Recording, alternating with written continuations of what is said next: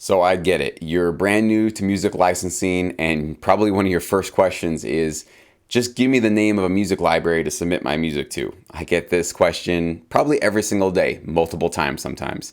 And it's different variations, but it's, hey Jesse, I've got some great hip hop instrumental tracks. What library should I send them to?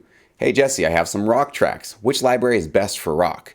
Or even my favorite, hey Jesse, what libraries do you have your music in so that I can put my music in those same exact catalogs? So obviously it's working for you. Just give me the names of them and I'll submit my music as well. So I understand that when you hear from me, basically, no, I'm not going to give you the names of the companies that I'm distributed through. Or also, when you ask me just generally what library is good for X genre, I'm not going to give you a name, and I can't give you a name.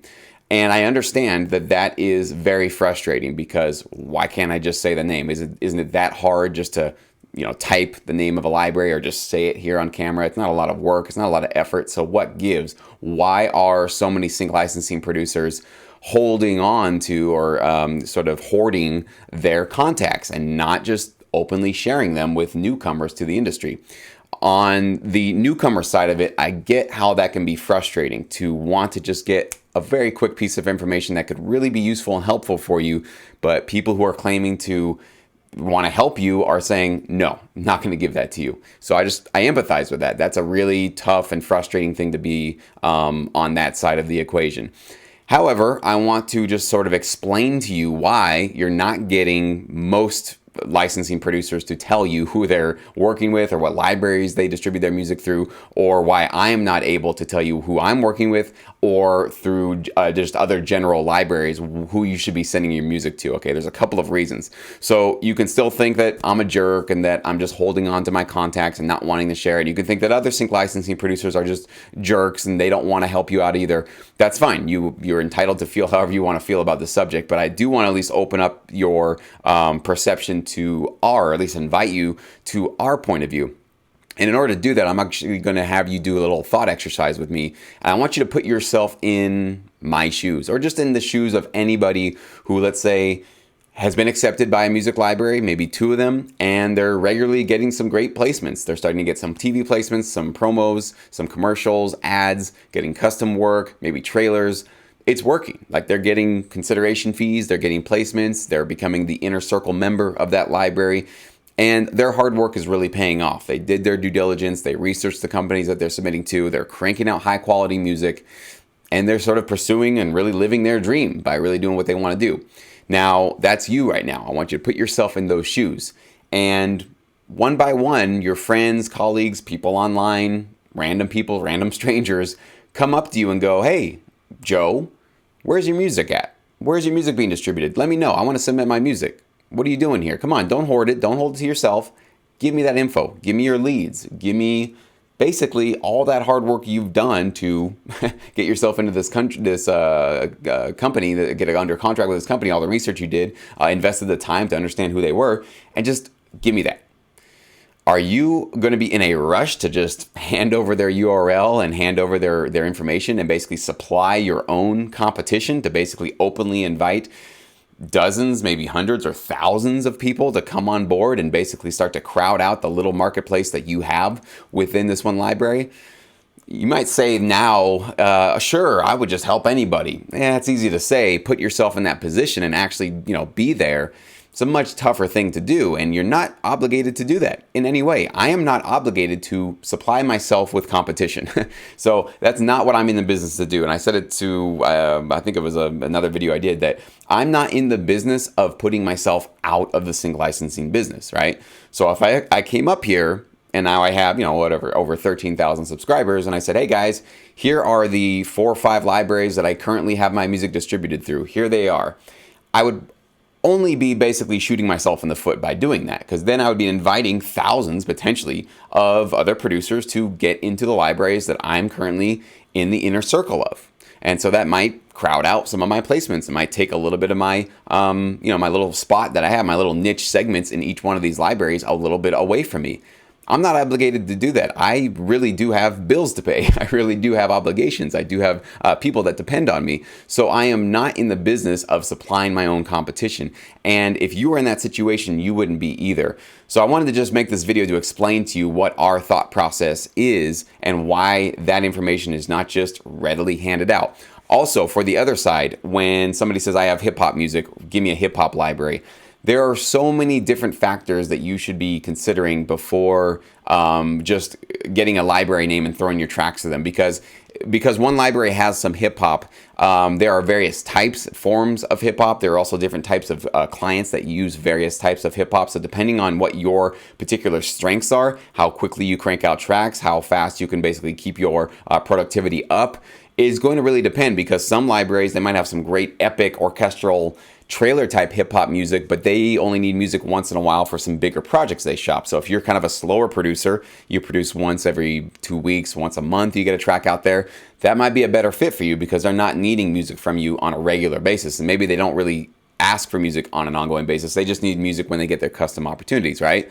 There's another catalog that just needs tons and tons of new music coming in and basically filling up their catalog for their clients, because say they have a lot of reality TV show production companies and they need a lot of hip hop to fill up their shows. So maybe you're a producer that can crank out a lot. And there's so many other considerations as well. I'm not going to get into all of them right now, but there are so many things that you need to be aware of in terms of who you're submitting your music to, who you're partnering with. It's not just a matter of, I have an email address, I have some music, there you go. Can you give me a career? It's really not like that. Okay, you really need to understand what role you're going to be serving when you partner with a music library and how you're going to basically fulfill their needs and make their lives a lot easier and fulfill the needs of their clients. And the better you can do all that, the more placements you're going to get. I could just give you a library name, but if you're not particularly suited and well fitted, if you're not well fit for them, you're going to maybe get accepted and have tracks sit on their catalog and not get any placements. And then also, are you aware of what you need to do at that point, right? Getting accepted, what is your next move, what you should be doing, what should you be doing to absolutely ensure that you become an inner circle member to get all those custom opportunities, to get the most amount of placements. So it's not as simple as a library name and a submission. There's a whole thought process, a whole strategy, and a whole perseverance game plan that you need to have going forward, okay, in terms of all this stuff. So that's why I don't give out library names. I don't readily, obviously, give out my own library names. And I also just, not that you guys would probably care if you feel that I'm still a jerk, but what it feels like from this side is when somebody says, hey, Jesse, give me the names of your libraries. And why won't you? Why are you being selfish? They do that, right? This is what it feels like. You remember back in school, maybe you were one kid that got your homework done. And when you showed up to turn it in, there was always that kid next to you that was like, hey, let me see what you got there. Let me just see. Come on, just give me 2 seconds. Just let me see. Of course, they're just trying to take your hard work and copy it, and so they can turn it in so that they don't get a poor grade. How does that make you feel? That you've done all this work, you've put in your time, and somebody just comes up and goes, give it to me. It doesn't, for us and for me and for people that are doing this full time, it's kind of annoying, actually, because it's like I put in a lot of time, a lot of work, a lot of effort to do the research and to partner with the companies that I have. And for somebody just to come along for just a random comment or a random email and ask for all of that hard work just instantly, it feels like that kid in school that was trying to cheat off of my homework and take my answers for the stuff that I did. I always hated that. I never liked it. And it feels exactly the same right now. The other thing would be, let's say you were, I don't know if you had any experience as a salesperson, right? Usually in a sales position, you have leads, right? Because you've done a lot of cold calling and maybe you've been warming up a lot of people and you have sort of like categories. These people are ready to buy. These people are hesitant. These people are no for sure. And let's say you have this really hot category of people that are warm leads that you've been sort of whining and dining and getting ready to close. And then your coworker comes over and goes, give me that pile of leads right there. I don't have any leads. Give me those.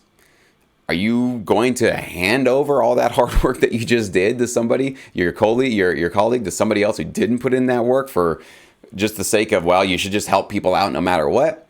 No, it's just not how life works, and you're not obligated to do that. I'm not obligated to do that. You are entitled to nothing, but you are basically going to get what you deserve in terms of the work that you put into your career. So if you're somebody out there that has been going around and just asking, give me a library name, give me this, give me that, right off the bat, when I see that, I see a mindset that's not going to probably work in the long run. just because, and part of my job is also to try to help change that mindset if I possibly can. Maybe I've failed completely with this video, I don't know. But if I see that mindset, I usually think that's the person that doesn't want to do the homework. That's the person that doesn't want to do the work, doesn't want to do the research, doesn't want to invest the time to understand how to really succeed in this business. And they're just looking for the immediate shortcut. They're just asking somebody else to do the homework for them, to do the research for them. And so I hope maybe in this video you can kind of see our point of view if you've been feeling that way. And if I completely turned you off to all this, okay, that's fine. And this is not the channel for you. If you're coming here to just get easy answers or the easy sort of give me this contact info and I got a career, just move on. This is not going to work out well for you. I'm just going to give you a fortune here. In the future, you will find that this is not going to be a long-term game plan for you. Okay, this takes commitment, hard work, research, understanding how the industry works, understanding how libraries work and how to really best serve them, and to make sure that you can consistently and persistently show up with high quality music to serve their needs. So if you're not willing to do any of that stuff, or all of it really, just bow out. This is not going to be an industry for you. You go do something else, honestly. I don't want you to waste any more of your time just hounding people. Give me your stuff. Give me this. Give me that. That's not going to get you anywhere in life. You're not going to find the results that you really want. So I know this might come across as dismissive or just kind of, I don't know. But I am doing this honestly to try to save you guys all a lot of time. If you're in that boat, just don't do it anymore. You're not going to get the results that you want. Do it the smart way. Do it the way that other producers, the ones that have emailed me every single week and said they're getting contracts and they're getting agreements and they're becoming Inner Circle members. I even had one that is now getting placements every 3 or 4 days, and he was having an issue even getting accepted just less than a year ago. So this stuff is working for my students. It's working for producers, and it's not because I'm just handing them the answers and they're just having their homework done for them, okay? I'm giving them a path and a guideline and a sort of a structure and a strategy for how they need to do the work to make these direct relationships in the business. So I hope you guys are understanding that from these videos. And I hope I haven't been misleading anybody into thinking that it's easier than that. It is not an easy thing to achieve, but it is achievable. That's what's really awesome and encouraging about licensing. So give me your comments below. What do you guys think? Was this over the top? Does this kind of make sense? Does this ring true? And which side of this do you feel that you're on? Are you on the side that, would you agree with me that you would not be giving up your libraries? Or do you feel the other way? Do you feel like, no, absolutely. If anybody asks me, I'm going to completely give up my contact info and my or my library's contact info and give them anything they need. I'm here to just absolutely give it up. I don't obligate any of my students, just so you know. Anybody who's watching this, if you're a student and you have a success story you want to share with me, I will never ask you to share or broadcast the name of the library or any contact information about who you work with.